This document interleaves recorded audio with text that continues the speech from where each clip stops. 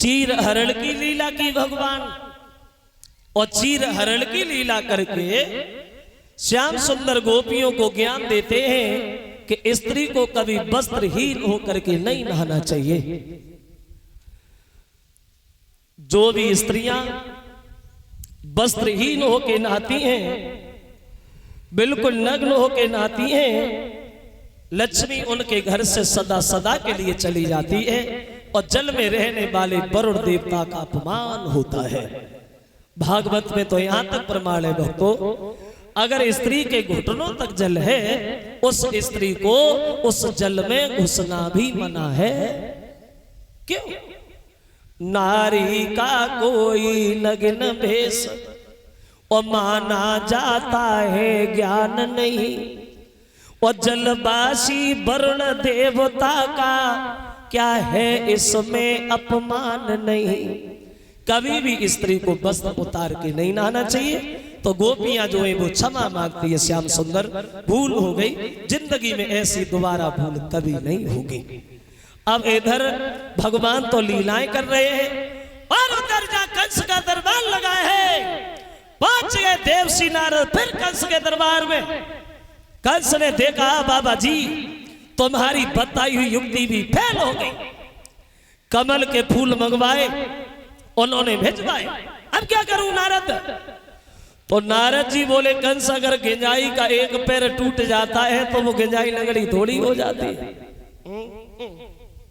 एक बात बता, अगर कन्हैया मथुरा में आ जाए तो तुम मार दोगे? कंस बोला बाबा तो के नहीं मार दूंगा तो मार ही दूंगा। तो एक काम करिए ना, तुम धनुष यज्ञ की तैयारियां करो, अक्रूर को वृंदावन भेजो, कन्हैया बलराम को बुलाओ, और जब वो यहाँ आ जाए पकड़ के मार देना, बीमारी खत्म और चिंता भी खत्म। कहो कैसी रही? कंस बोला बाबा आज बढ़िया बात कही है तुमने, अब तब ये दोनों जरूर मरेंगे।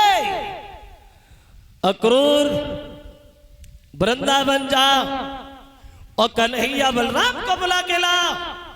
तो अक्रूर ने एक बात कही है, कंसराज कन्हैया को वृंदावन से मथुरा में न बुलाओ। क्यों? मारे जाएंगे इसलिए? बोले नहीं भोजराज, जब तक कन्हैया वृंदावन से मथुरा में नहीं आ रहे तब तक तुम सही सलामत हो, और जिस दिन कन्हैया मथुरा में आ गए उसी दिन तुम्हारी जिंदगी का आखिरी दिन होगा कंस, इसलिए जब तक बचे हो तब तक ही बचे रहो। नहीं माना, भेज दिया। वृंदावन में जब अक्रूर नंद बाबा से जाके मिले तो नंद बाबा बोले भैया हमें ले चलो, हम चलेंगे, लेकिन कन्हैया को नहीं ले चलेंगे, पता नहीं वो कंस हमारे बच्चों के साथ क्या करे। तो ग्वाल बाल बोले बाबा कन्हैया क्यों नहीं जाएंगे? कन्हैया तो जरूर जाएंगे। चल दिए सब लोग सुबह को रथ में सवार होकर के वृंदावन से मथुरा की तरफ। भैया बलराम, श्याम, नंद बाबा, ग्वाल बाल जब मथुरा के लिए प्रस्थान करते हैं तो यशोदा सामने खड़ी होकर के रोने लगी। जा रही हो श्याम? हाँ मैया, मामा ने बुलाया है, धनुष यज्ञ कर रहा है, कल रुकना होगा और परसों वापस लौट आएंगे। तो यशोदा बोली कन्हैया चले जा, लेकिन हमें भूल न जाना, लौट के अवश्य आना मोहन। तो यशोदा को रोता हुआ निहार करके कन्हैया समझाने लगे मैया क्षमा करना, तूने जो हमारे साथ किया है वो किन शब्दों में वर्णन करूं मां।